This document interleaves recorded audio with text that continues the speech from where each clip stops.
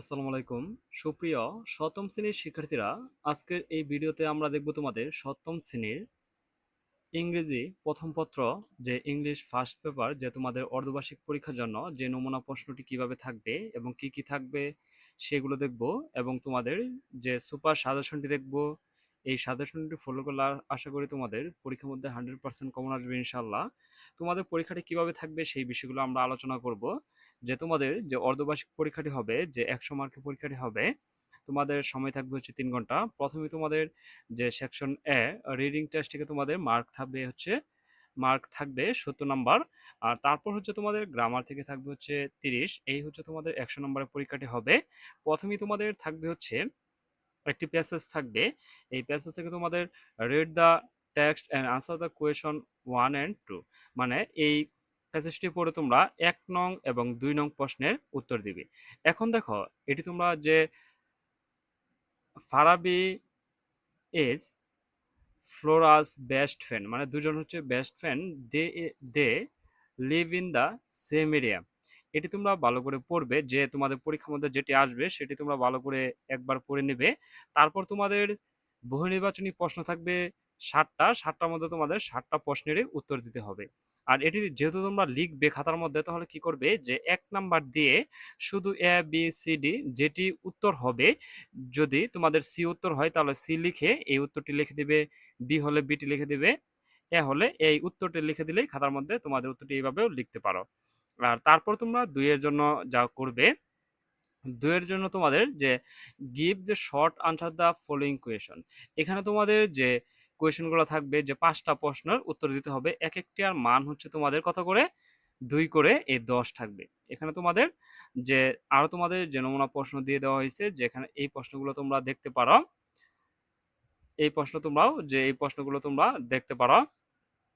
আর তারপর হচ্ছে read the text and answer the question 3 and 4। তারপর এই প্যাসেজটি পরে তোমরা 3 নং এবং 4 নং প্রশ্নের উত্তরে দেবে। এখন দেখো 3 নং এবং 4 নং এ কি আছে। 3 নং এ তোমাদের থাকবে হচ্ছে যে ফিল ইন দ্য গ্যাপ। তোমাদের এই যে গ্যাপগুলো দেখবে, এই সবগুলো না লিখে তোমরা শুধু আনসারটি লিখলে হবে। এ দিয়ে তোমাদের এখানে আনসার যে বসবে, এই আনসার যে বসবে এটি লিখবে, তারপর বি দিয়ে লিখবে। এগুলো লিখলেও তোমাদের উত্তরটি হবে। তারপর তোমরা যে প্যাসেজটি পড়বে, এখান থেকে তোমরা যে মেইন যে সিনোনিমাস এবং অ্যান্টোনিমাস গুলো লিখবে, যে একটা এক করে 5। আর তারপর হচ্ছে read the text and answer the question 5, 6 এবং 7।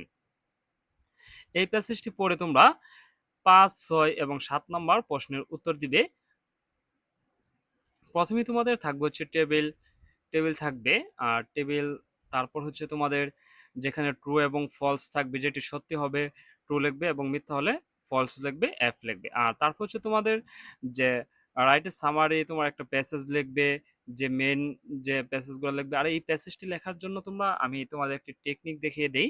সেই টেকনিকটি হচ্ছে তোমাদের এখান থেকে ভালো করে তোমরা প্রথম 2টি লাইন লিখতে পারো, মাঝখান থেকে 2টি লাইন এবং লাস্ট থেকে 2টি লাইন লিখলে আশা করি তোমাদের এই 10 থেকে 10 পাওয়ার সম্ভাবনা হয়ে যাবে, যদি কমন না আসে আর কি। তারপর এভাবে তোমরা লিখতে পারো।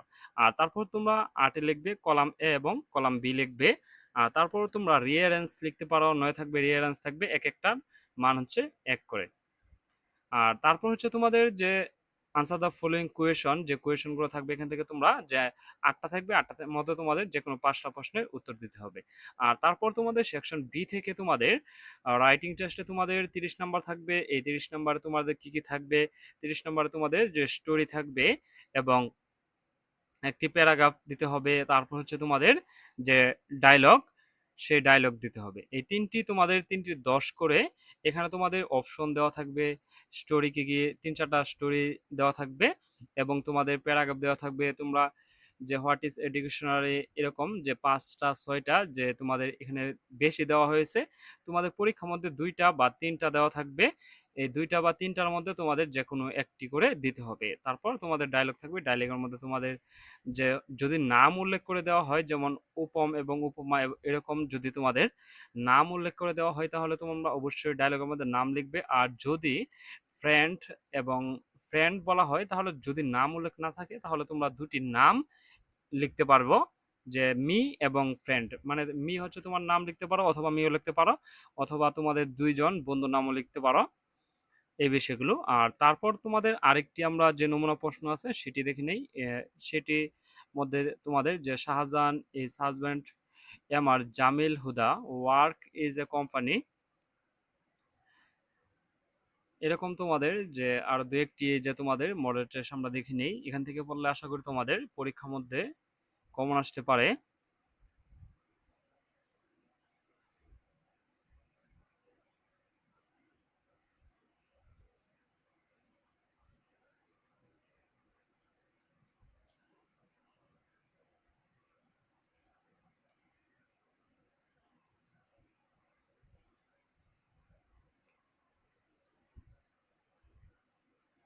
এখন হচ্ছে তোমাদের আরো কয়েকটি আমরা মডেল টেস্ট দেখি, এগুলো পড়লে তোমাদের যে পরীক্ষার মধ্যে তোমরা দেখে নিতে পারো, ধারণা নিতে পারো তোমাদের পরীক্ষাটি সহজ হওয়ার জন্য, যে তোমরা এগুলো পড়ে নিতে পারো। আর এই পিডিএফটি নিচে চাইলে অবশ্যই আমাদের ফেসবুক গ্রুপে জয়েন হয়ে নিতে পারো, সেখানে তোমাদের এই পিডিএফটি এই প্রশ্নগুলো তোমাদের দেওয়া হবে। এটি হচ্ছে নমুনা প্রশ্ন, এটি তোমাদের পরীক্ষায় হুবহু আসবে না, এটি তোমাদের নমুনা প্রশ্ন। এটা হচ্ছে পরীক্ষার মধ্যে কিভাবে আসবে সেই বিষয়গুলো উল্লেখ করা আছে, যে এখান থেকে পড়লে আশা করি তোমাদের পরীক্ষার মধ্যে কমন আসতে পারে।